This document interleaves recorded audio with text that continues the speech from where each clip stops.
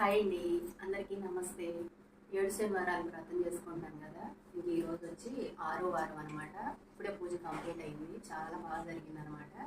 ఇంకా స్వామివారికి నేనేమి నైవేద్యాలు చేశాను, పూజ ఎలా చేసుకున్నాను అనేది మీరు కూడా ఒకసారి స్వామివారిని దగ్గరగా చూసుకున్నారు. వచ్చేసేయండి.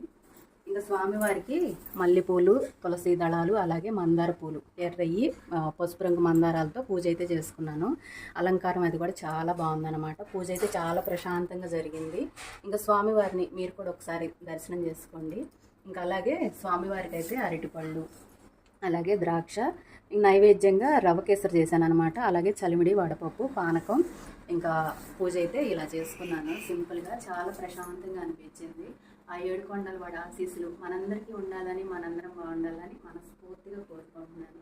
ఓకేనా అండి? నా పూజ అది ఎలా ఉంది, మీరు కూడా అంటే నచ్చితే ఖచ్చితంగా కామెంట్ బాక్స్లో గోవిందా అని కామెంట్ చేయండి. ఓకేనా? నెక్స్ట్ వీడియోలో మళ్ళీ కలుద్దాం.